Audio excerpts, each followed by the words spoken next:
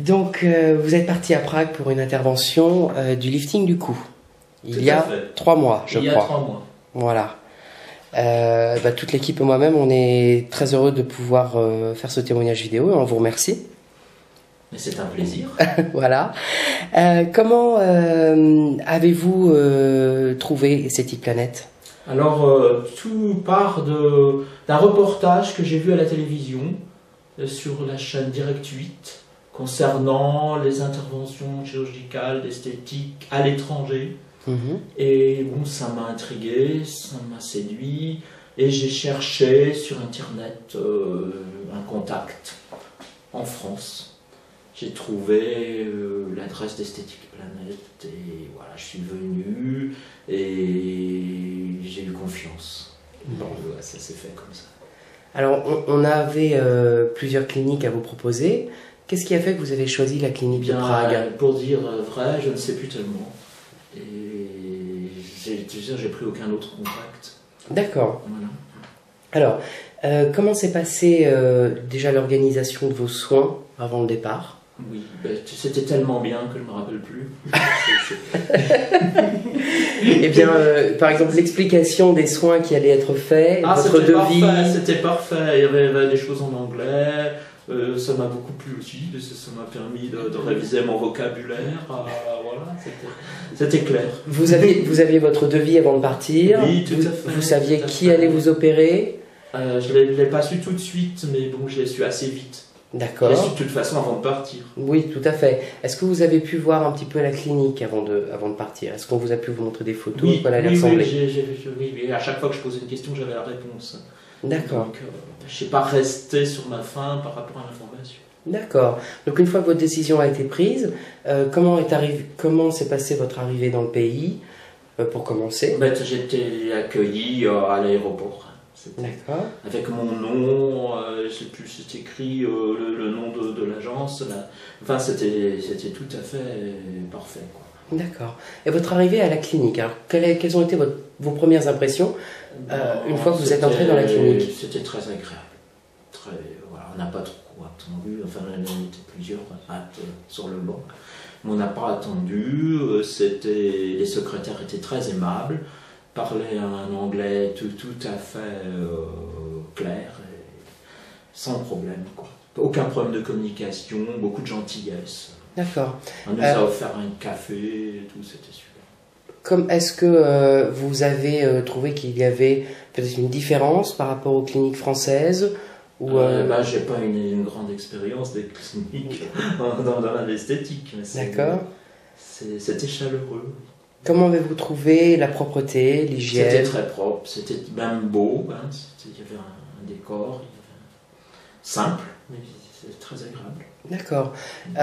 Comment s'est passée votre rencontre avec le chirurgien? C'était alors la mise en confiance, hein, complète. C'était quelqu'un de très à l'écoute qui a commencé par me demander ce que je souhaitais, sans a priori, sans se référer à des notes ou même au devis. Hein, c'était vraiment spontané.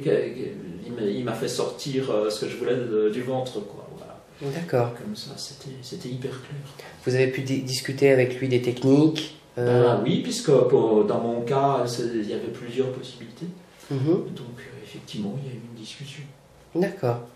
Alors, comment s'est passée l'entrée dans le bloc opératoire, l'anesthésie? Tout ça en douceur. Tout ça en douceur. C'est une anesthésie locale accompagnée d'une légère anesthésie générale.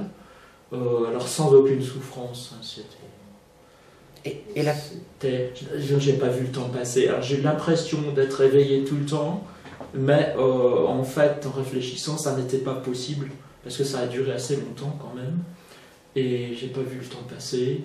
Je n'ai pas le souvenir qu'il y ait eu un réveil. Donc voilà. Pourtant, vous êtes bien réveillé. Oui, et j'ai eu l'impression d'avoir été toujours éveillé, mais c'est pas possible. Non. Vu la notion du temps que j'avais, j'ai pas vu le temps passer. Alors je me suis senti rêver.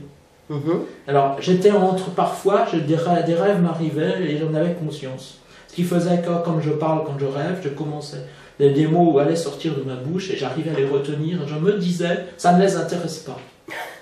C'était très curieux. Je me rappelle encore m'être dit ça et avoir arrêté le flux de parole. Donc c'était une situation curieuse. Hein. C'est rare qu'on ait cette approche de ses rêves, cette approche-là. C'est vrai que l'anesthésie est légèrement différente. Vous aviez déjà subi des anesthésies auparavant? Oui. Bon, on fait dire quoi, moi j'ai toujours bien vécu les anesthésies. Je ne peux pas comparer avec une expérience difficile. Tout à fait. Une fois que vous avez été réveillé, on vous a ramené dans la chambre. Est-ce que la chambre était confortable? C'était parfait. C'était rien à dire. Vous aviez une télé, vous aviez... Tout ce qu'il fallait. D'accord. J'ai attendu que je ne sais plus pour manger. Bon, je suis très gourmand. C'était inévitable. On peut pas tout de suite vous donner à manger tout de suite après l'anesthésie. Il faut attendre un petit peu. C'est tout, autrement. Et maintenant que nous sommes à 3 mois de cette intervention, on n'est bien sûr pas encore complètement au résultat final.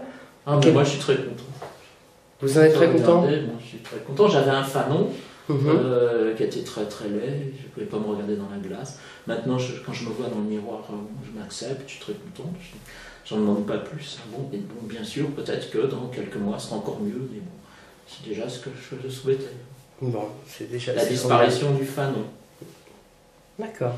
Comment s'est passé le suivi post-opératoire dont vous avez pu bénéficier lorsque vous êtes resté à Prague? Oui, eh bien, j'ai eu j'ai revu le chirurgien une fois, je ne sais plus trop, parce que j'étais vu... 7 jours après? Oui. Ah, et puis juste la veille du départ, et la veille tirer les fils. D'accord. Enfin, ceux qui devaient être... Et le suivi post-opératoire depuis, est-ce que... C'est Esthétique Planète qui sert d'intermédiaire.